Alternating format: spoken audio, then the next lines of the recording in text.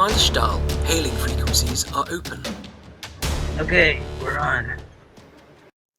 The opinions expressed in tonight's podcast are those of the individuals speaking. They do not necessarily reflect the views of HarrisFilm Productions or its other crew members. This is Steve Harry Harris and the HarrisFilm crew. Matt Arnold, Roy Ivey, and our VFX artist, Ken Mays. Our goal as HarrisFilm Reviews is to give our opinion about the production that we're going to watch as filmmakers, writers, directors, VFX artists, graphics artists, actors, and then, constructive criticism. We try to do something to make your day better every time we show up. We're not just tearing you apart just for the sake of tearing you apart. Take what we say, bring it on board, and apply it to your new projects. HarrisFilm has entered the 2024 Showrunner Awards, and we're 2 of 27 entries. I'm not sure exactly what specific awards that they put themselves in for. Tonight, the Showrunner Award entry is Cardassian Space Station.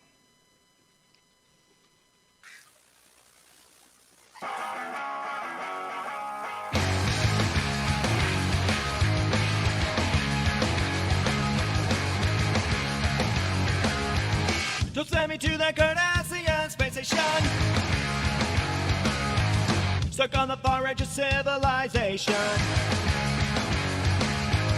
It's just a nice Earth that's infested with bugs.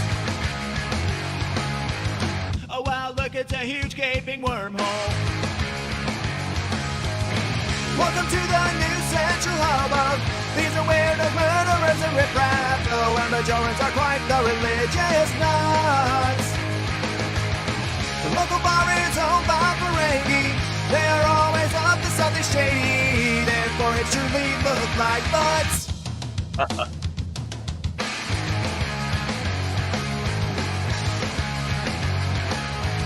Well, maybe Captain Sisko can spruce things up, but even Chief O'Brien can keep up. Hey, do you hear that commotion from the promenade? Another murder Cardassian's not very odd. Flying through the home of the prophets, we explore the far forgiven quadrant, but the locals there aren't very nice.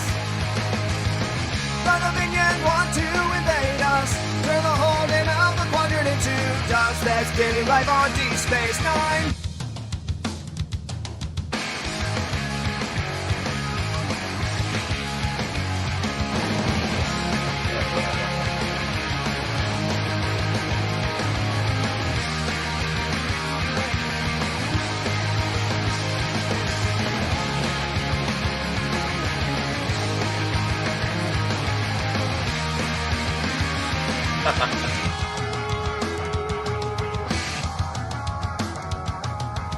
Please get me off this Cardassian Space Station, finding Jemadar and sometimes Klingons.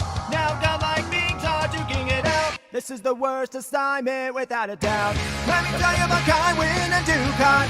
He's a psycho and she's a crazy zealot. She even blew up the freaking school.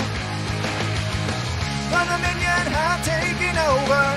This war is going on forever. I wonder if the Maquis are cool.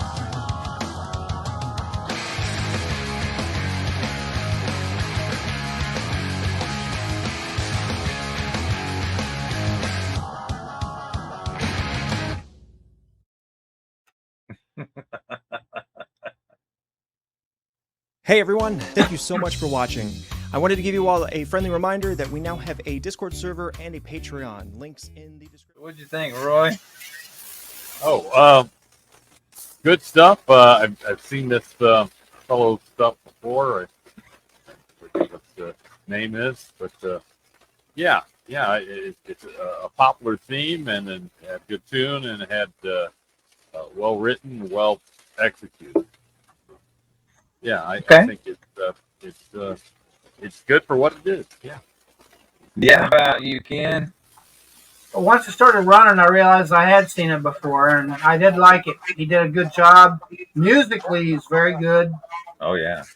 So, yeah, 2 thumbs up. What'd you think of the editing? It was pretty good. The scenes matched the music. The changes in scene, Right. it matched it pretty good. It did niggle at the back of my mind that I wish that they would release a high definition version of Deep Space Nine. Yeah, It's Blu-ray overdue. would be great. Yep, I agree. I mean, they invested a lot when they did Next Generation, and they said because of the return wasn't what they was hoping, that they would probably never do Deep Space Nine. But now with AI, I think they could do it cheaper than they could before. Yeah, Roy? I heard that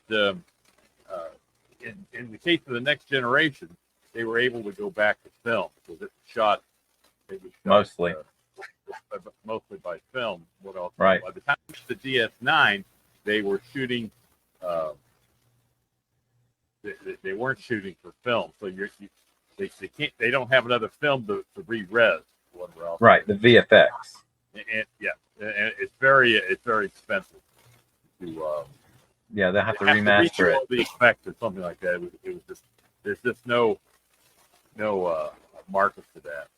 Yeah, I have no doubt that the original guys could do that, but could Paramount actually afford to pay them to do that? Because as Ken knows, if Ken was being paid to do the VFX that he does for us, he'd be rich. Matt, what did you think? I know he pulled from Deep Space, the different episode of Deep Space Nine. Everything fell in place. That the CGI in the background and the shuttlecraft, we did a good job on that. And I think he fairly did a good job on the whole thing. Yeah. So it was enjoyable? It was funny. I can tell you that. He does some interesting stuff. Okay. Yeah. It's shocking. I haven't seen all Star Trek. But the reason is when they went to their war with the Cardassians and all of that stuff started up, I was just tired of hearing war everywhere. Yeah, I don't need that situation, that real life connection to my science fiction, especially for years. Okay, if you want to do a Cardassian war and you wrap it up in one season, okay, I'll tune back in. Enterprise was concurrent with the beginning of the Afghanistan conflict. That's why the third season of Enterprise with the Xindi attack was supposed to be a mirror of the 9/11 attacks. Right. Yeah. That turned me off too. But the Cardassian War just fine. A couple of maybe a season. You got me. Between the Kardashians, the Dominion and Kardashian, whatever we call them. Yeah. I mean, you had Cardassians. You had the Klingons were part of the war. The Dominion War. I mean, it was like, okay, how many wars are you gonna have, and why? And even the Romulans got involved. It was crazy. Actually, it was all part of the same conflict. That's what I was thinking. It started out, you had a Cardassian Federation war, and it stopped.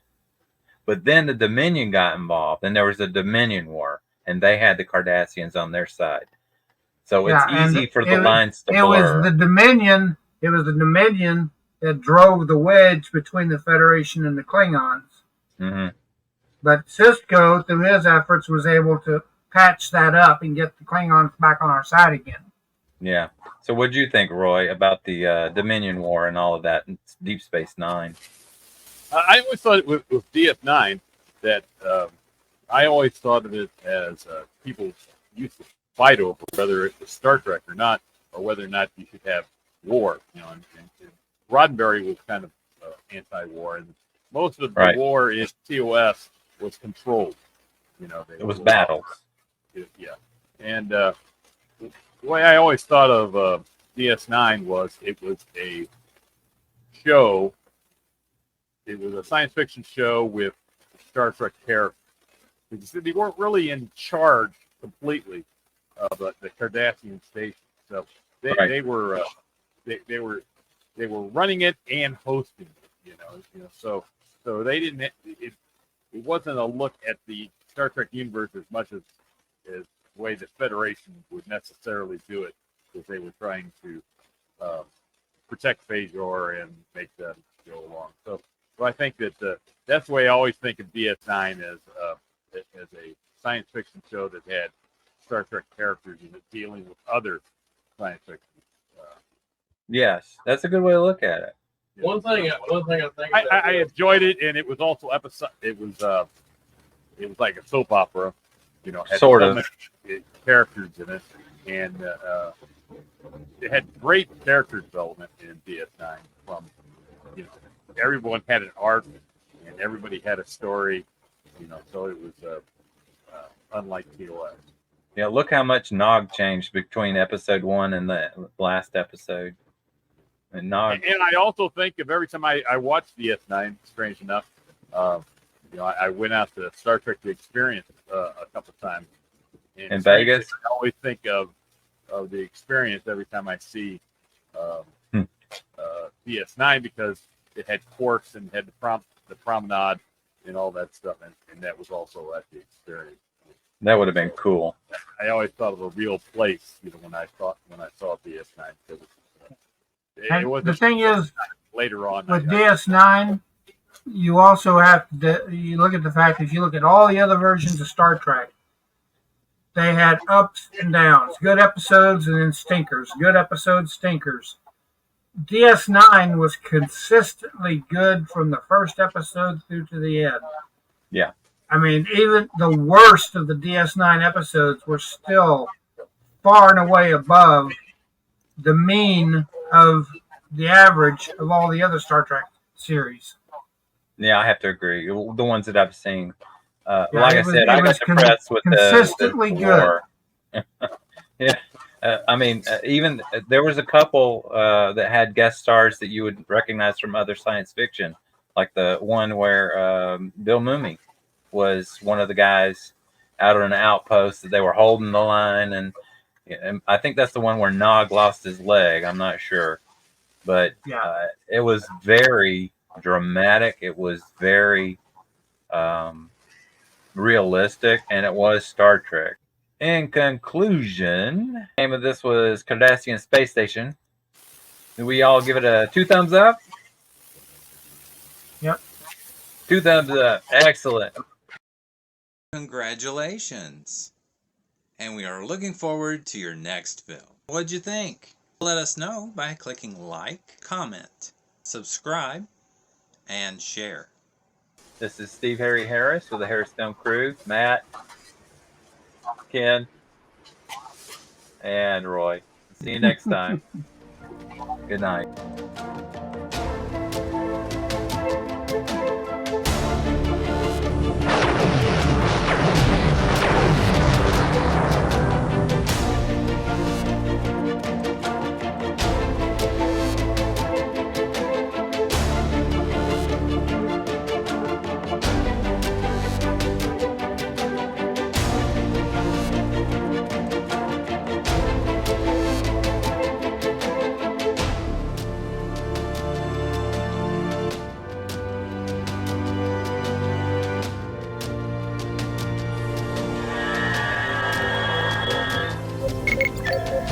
Hailing frequencies are closed. Transmission complete.